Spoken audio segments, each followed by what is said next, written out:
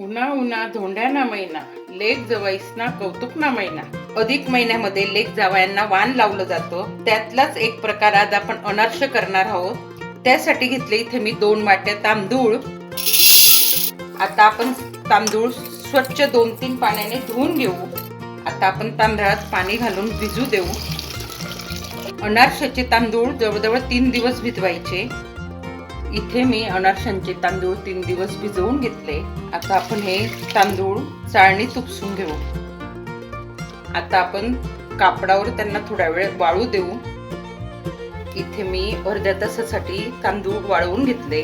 आता हे तांदूळ मी मिक्सरच्या भांड्यात बारीक करून घेते. मी इथे मिक्सरवर बारीक करून घेतलं. आता आपण त्याला गाळून घेऊ. जी आपली मैदा गाळण्याची गाळणी असते त्या बारीक गाळणीने गाळायचं, म्हणजे छान बारीक पीठ पडतं. आपले 2 वाट्या तांदूळ होते वाट्यांनी, तर तिथे मी 1 वाटी फुल गूळ घेतला. मी गूळ छान बारीक चिरून घेतला.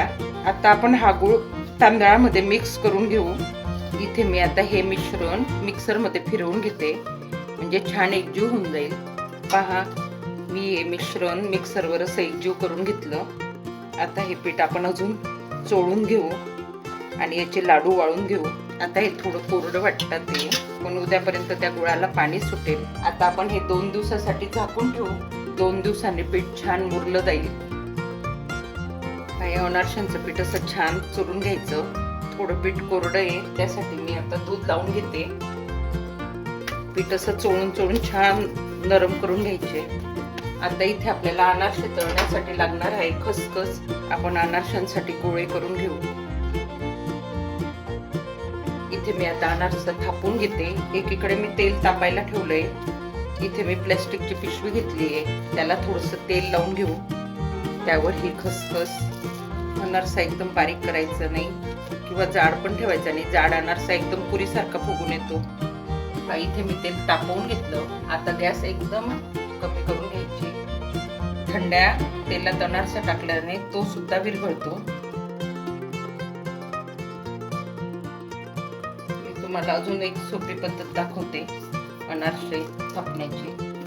अशी खसखस टाकून घ्यायची आधी, त्यावर हे अनारशांचा गोळा आणि लाटण्याने लाटून घ्यायचे, म्हणजे एकसारखे होतात.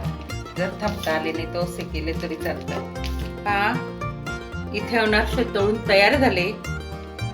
अनारसे तळताना खसखसची बाजू वरती करायची व वरतून अनारशांवर तेल टाकायचं, म्हणजे अनारसे छान खुसखुशीत होतात.